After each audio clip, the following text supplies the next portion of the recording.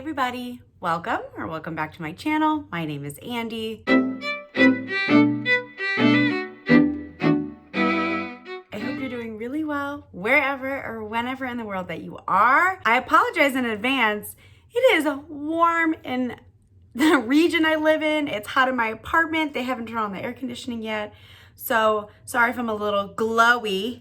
I'm schwitzing a bit. So anyways, how's it going for you? Anything new and exciting? Let me know.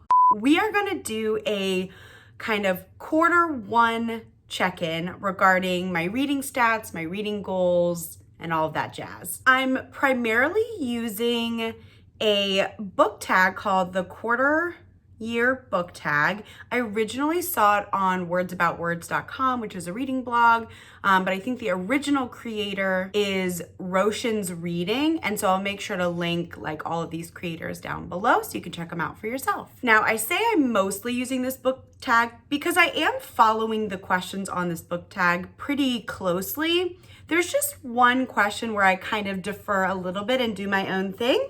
And so I just wanted to give that kind of caveat that I didn't generate these questions. I am using them from another creator. All right, without further delay, let's jump into question number 1. Question number 1 says, how many books have you read so far? The day that I'm filming this, it's currently April 10th, and I have read 47 books, and I've had 1 DNF. Which is pretty amazing. That's way better than what I thought or what I expected. Number 2, have you already found a book that you think might be a 2024 favorite? If not, what was your favorite book you read that wasn't quite a 5-star?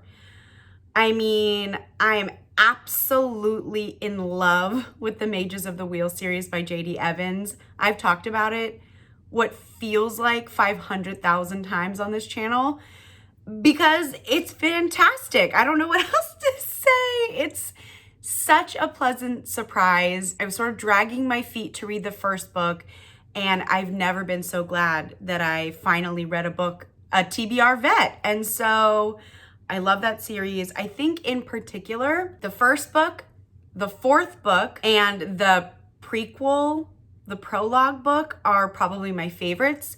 The prologue book is following Naomi's parents. You get to meet them and you get to meet one of the villains a little bit earlier in his years. That book is called Wind and Wildfire. The first book is Rain and Ruin, and the 4th book is Ice and Ivy.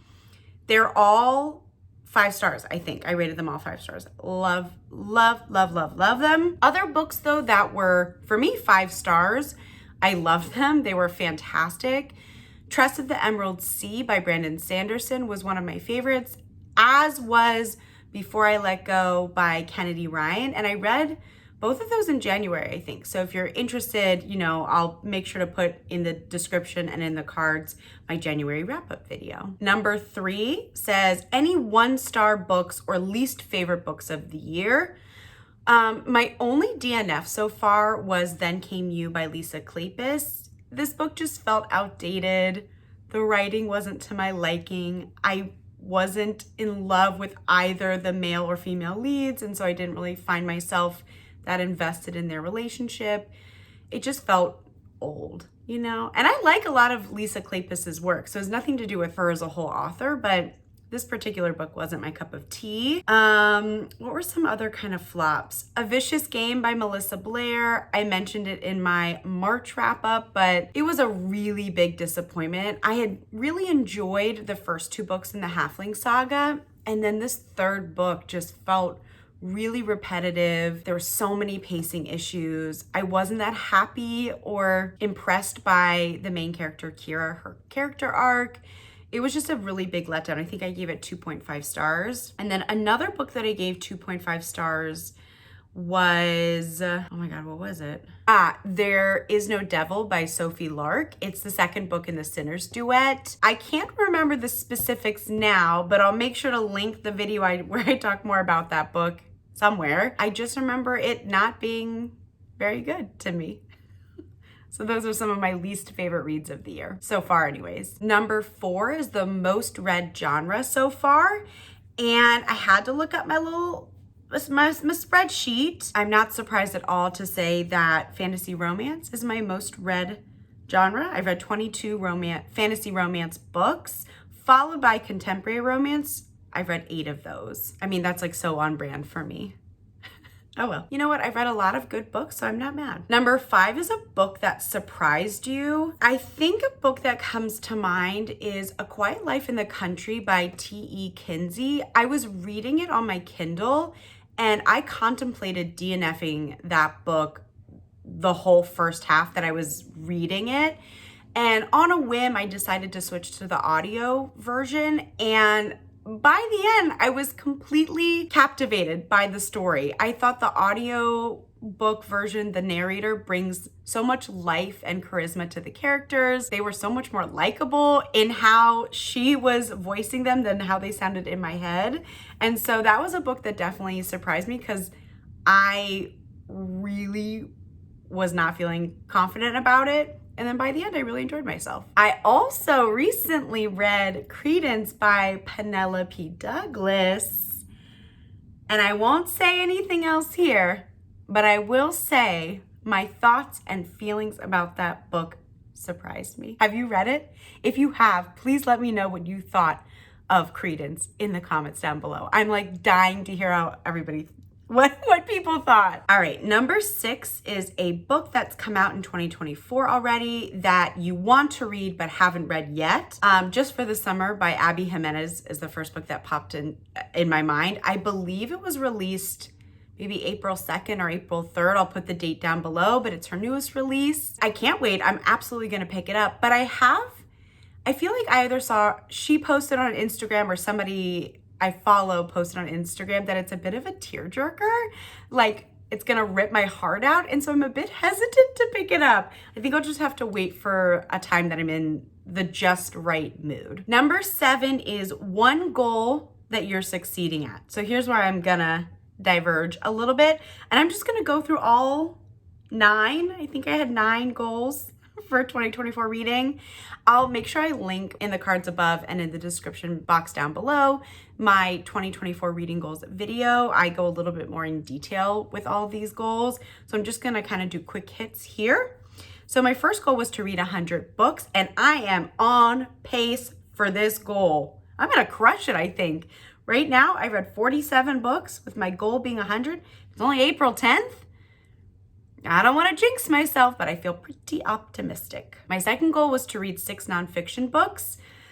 I've only read 1, so there's room to grow here. My third goal was to complete 5 fantasy series. Now, I've completed / caught up on 2 contemporary romance series, the Skyland series by Kennedy Ryan, and I read the Sinner's Duet by Sophie Lark. The only fantasy series or fantasy romance series that I've caught up on or complete is the Halfling Saga by Melissa Blair. The 3rd book came out this year, and so I'm like all caught up there. So I'm not very impressed with myself in this department either. My 4th and 5th goals were to read my physical TBR and Kindle TBR down to 0. I've read 1 on each of these lists, which I think is reasonable. I think I only have, let me pull up my reading journal. I think I only had, let's see, I had 1, 2, 3, 4, I had 5 Kindle books on my TBR. I don't think I've purchased anything else on my Kindle, but I'll have to double check. And I've got 1, 2, 3, 4, 5, 6, 7 on my physical TBR, but I did do a little bookshop recently. And by little, I mean, it's not a giant book haul or anything. It's just a few books. I went to Barnes & Noble's with my sister before we went to my grandma's house the other day. So I made a little bit of a dent, but not much. My 6th goal was to read, of my authors, to have 50% of them have some kind of disclosed diversity to me, any kind of demographic identity experience that feels really significantly different from my own. And I'm doing pretty well with this. Right now, I'm at 40% of the authors that I've picked up have been diverse, either BIPOC, LGBTQIA, neurodivergent, etc. My 7th goal was to DNF 10 books. Again, the mindset behind this, the why behind this is coming from a place of self-care. And I really only felt I needed to DNF one book, and I did that. In general, my reading so far this year has been really fun. So this feels like a goal where if I don't DNF 10 books, and I wish that I had, I'll be disappointed. But if I didn't DNF 10 books because I loved so much of what I read, like that feels like a win, even though I didn't accomplish the goal. You know what I mean? My 8th goal was to read outside my comfort zone. For this, I was hoping to read 5 of each of these genres. So far, I've read 2 historical fiction, 2 horror, 1 mystery thriller, no sci-fi. So again, I'm doing okay with this. And then my last goal was to read every day. This goal was more an information gathering goal. I was just kind of curious. And so far, out of the 101 days of the year 2024, I have read 71 of those days. So in general, I feel quite content with my goal progression as of April 10th. The next book tag question says one goal that you need to focus on. And after going through that list, I feel like DNFing could be a goal I just want to keep in the front of my mind as I'm reading, like if I'm not enjoying something, just to give myself permission that it's okay to put it down. The completionist in me can be quiet, can settle. I also feel like catching up on my fantasy series is a goal that I'm really needing to focus on. And probably reading nonfiction. I am not drawn towards nonfiction, but I want to read it, especially because I know so many people really love and appreciate nonfiction.